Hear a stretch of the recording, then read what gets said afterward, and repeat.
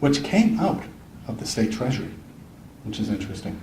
But Cyrus also ordered confiscated sort of religious utensils, also returned again in Ezra. But Cyrus wasn't a flash in the pan. This policy continued. Darius continued the transfer of religious utensils to Jews. So it didn't end with a lifetime with Cyrus. And again, Darius continues these decrees.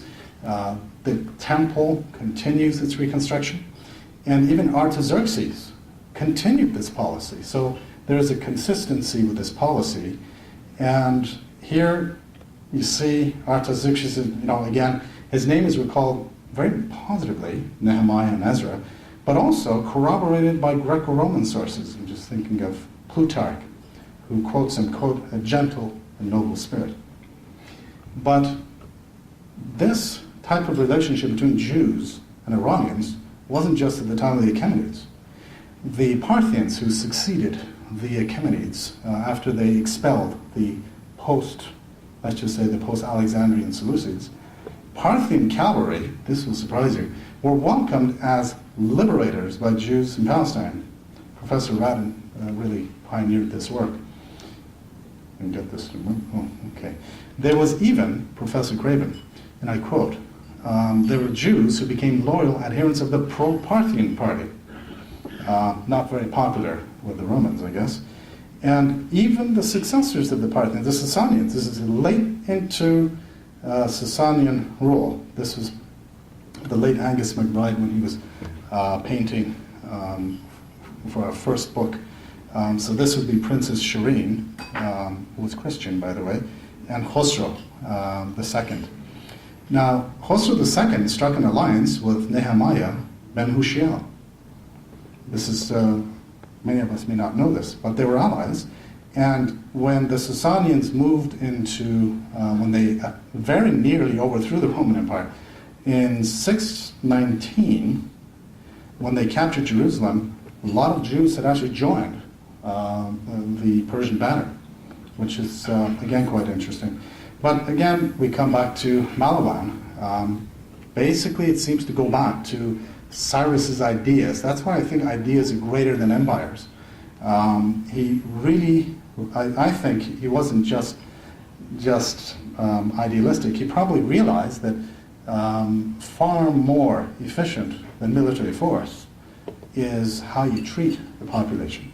Ancient Egypt, again, the Jewish temple at Elephantine was ordered restored. Again, you see letters, correspondences, lots of documentation for this. Fast forwarding. Even Egyptian temples, Temple of Sais or Ammon in Egypt, were also, reconstructed. But just 2 decades before the fall of the Achaemenids to Alexander, in Anatolia, in Lycaea, there was a very interesting document that was found, which is quite fascinating because this was unearthed by French archaeologists. And so this document is in Greek and Lycaean and Aramaic, and almost identical to the Cyrus Cylinder. Get this: respects rights and local populace and endeavors to support their material needs. This is just almost 20 years before Alexander invaded. Cyrus was long gone by then. So this wasn't just some fluke event in history. This became policy. It took root. Ancient Greece, this will surprise us. Ancient Greece, yes. Greeks in Asia Minor were conquered by Cyrus by 480 BC. But we all know that they fought many wars. Mainland European Greeks fought jealously to retain their independence. So we hear of the battles of Marathon, Thermopylae, Salamis, Plataea. I'm not going to get into the military details. What's interesting is that despite these wars, the Greeks, yes, held favorable views of Cyrus in their archives. Even Herodotus, who called the father of history in the West, he certainly was not hostile to Cyrus. And he called him, quote, Cyrus was gentle and provided them, the people, with all manner of goods, which is quite fascinating because, again, this is often a hostile view. Xenophon is very, very interesting because he actually wrote an Encyclopedia of Cyrus, about eight books. If you visit my website, the English translation is there, and for the Persian speakers, you'll see the Farsi or Persian translation is also you can access. Now, Alexander, this will surprise him. Yes, he went on what I call a rock and roll tour, very destructive of the Persian Empire, but when it came to Pasargad, he paid great respect. He even repaired the tomb. He was very respectful of Cyrus. And we can find this in many Greek sources, Arrian, Quintus, Curtius, and so forth. The tomb was restored. So, again, to put a long sort of story short, he was very sensitive to Cyrus's name. He spared the frontier post of Kurtak, which had been founded by Cyrus, known as Chiropolis in Greeks. Ancient Rome remembered Cyrus. Scipio Africanus had a copy of the Chiropedia. Surprising, eh? What about Julius Caesar? He too had a copy of the Chiropedia. So the legacy resonated well into Rome, but much further. Europe. The Shah Abbas's post-Islam, I find it very interesting, but this is a European portrayal, but I'm just going to go, again, light speed. Persadian Rex, the king of Persia. There were a lot of battles that Persia and Europe were allies. Actually, people don't know that. This is I believe, the Duca of Venice, or the Persian ambassadors. They were quite honored. In Paris, they were often given a tumultuous welcome. You see the flag with the lion and the sun. And this is Reza Beg being entered. I think that looks like a sort of a Versailles depiction. Shakespeare was probably influenced by these Zoroastrian thoughts, but I'm skipping over a lot of this. Shah Abbas built a lot of churches unknown in the West, many of which still stand today. This is the Armenian population. But this is what I find interesting here.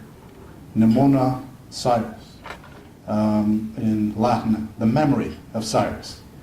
Interesting how the Europeans would make reference in sort of the 16th, 17th century to the memory of Cyrus. Was it because of his benevolence to the Christians?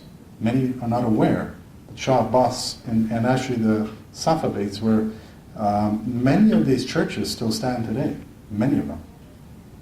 So in Europe, John Locke, I'm not going to get into the philosophy, but he was one of the liberal thinkers, fascinating. He was cognizant of the Chiropedia.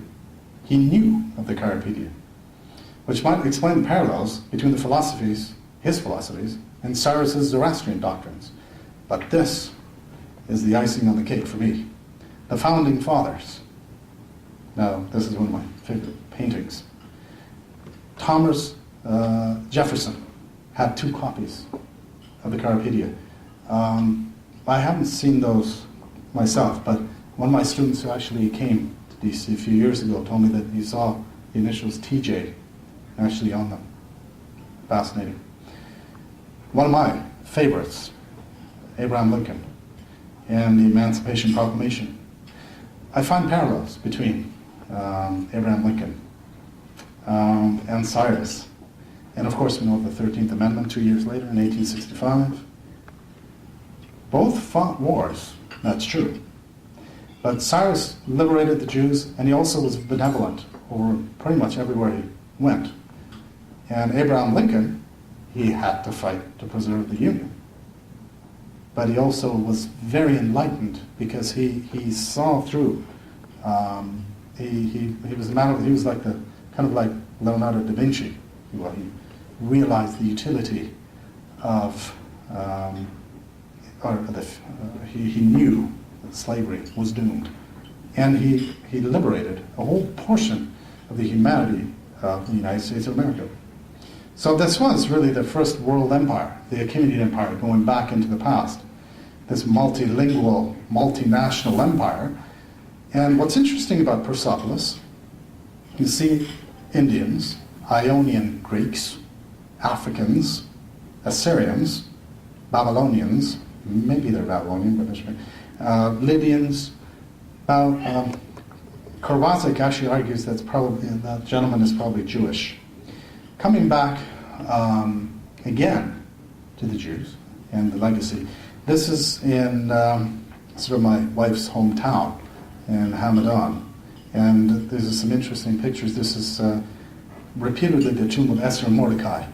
Might be from Sasanian times, but it's very interesting because it's more like a keep than a castle. It's like a castle kind of turned inward. Very interesting. Tomb of Daniel in Khuzestan.